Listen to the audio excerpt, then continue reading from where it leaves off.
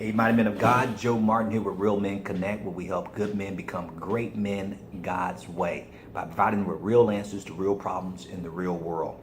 Guys, obviously you can see I'm not in the Real Men Ride Along. I'm actually doing my quiet time right now. It's approximately about finishing up my quiet time. It's about 8 o'clock right now. But I wanted to share something with you. I'm always giving you strategies and ideas on how to connect with your wives, with your children. And I've shared both. If you go back and watch some of the other videos, I've shared a video on how to emotionally connect with your wife, how to connect with your children, especially when you're driving in the car with them, when you're picking them up from school or dropping them off to school. But I was in my quiet time reading today, and they were looking at how we can improve our relation with our kids. And God pressed something on my spirit that I wanted to share with you. This is the first time I'm recording this. I just wrote it. And so I just wanted to capture it on video so we'll at least have it and I'll be able to share it with you. And it's when we're spending quality time with our kids. Guys, as you know, that they say love is not spelled L-O-V-E. L-O-V-E is actually spelled T-I-M-E, time. And when you spend time with your kids, it shows them that they're important to you. It shows them that you value your time with them. It also shows that you care about them, and we all love our kids. We just may sometimes struggle with how to connect with them, but I'm thinking stuff like this, where I'm showing videos like this and sharing with you some insights, that this might help you kind of build that bond with your children. Now, I don't know, since again, I'm just recording this for the first time, I don't know what age group this would work with, but I would assume that it would probably work with kids who are in middle school and above. And even in elementary, I guess you can maybe try to adjust a little bit.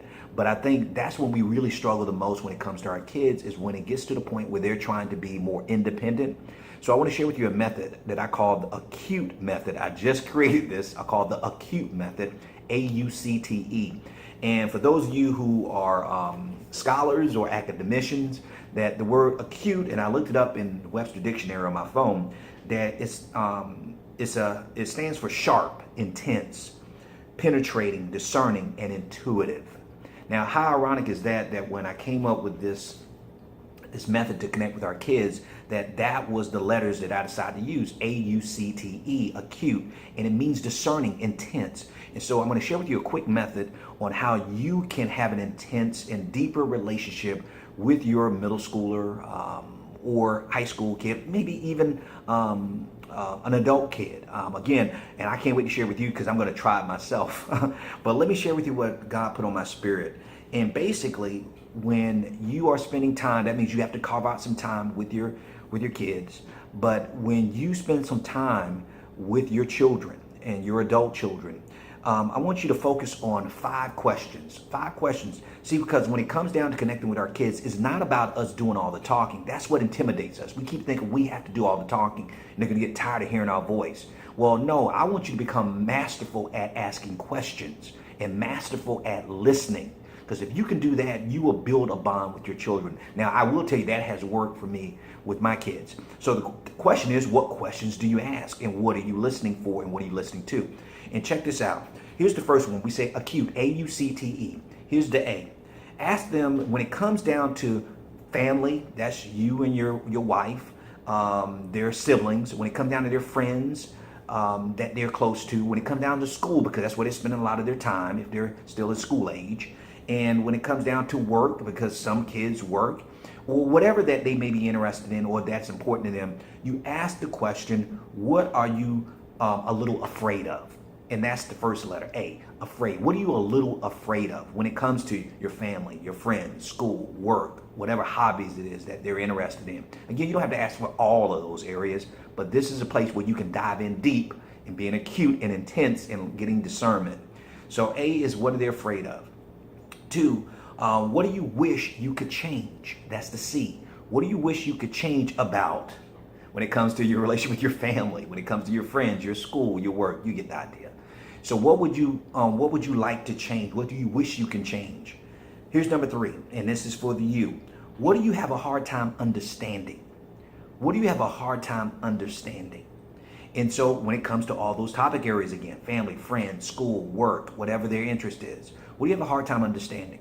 4, what are you most thankful for? That's the T in acute. Thankful. What are you most thankful for? And when it comes to those areas. And here's the last question, and it starts with the letter E in acute, is what are you most excited about when it comes to your family, your friends, school, work, or whatever hobbies that they're engaged in? Now, let me tell you what also the Spirit put in my heart of why each of these questions are so important. And I thank God for the revelation. Is when we ask for the first question, A, afraid.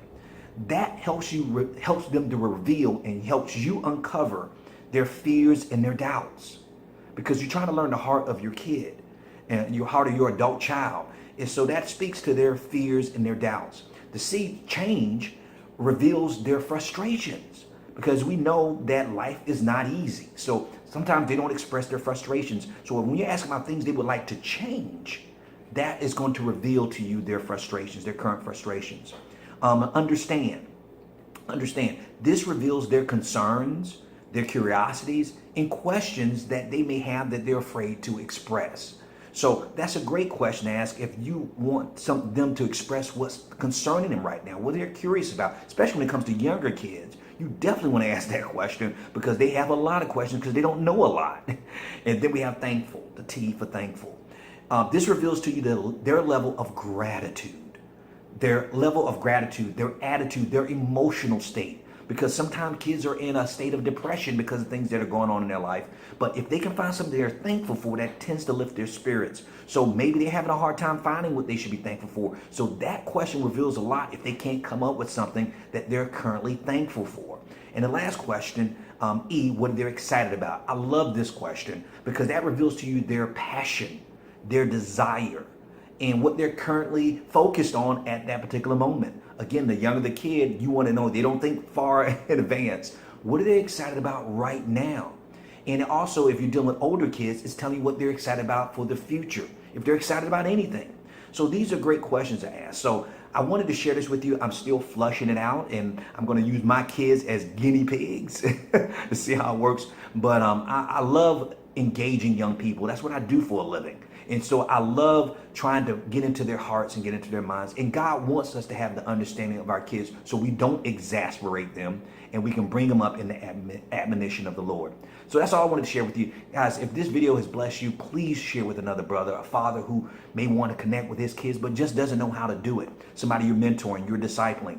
Please just share this video with them. Guys, and you remember what we always say, that we are males by birth, but we are men by choice. So choose to be the man that God and the father that God has called you to be, because a male is a terrible thing to waste. Till next time, I'll talk to you soon. Stay blessed, be blessed, and stay in his grip.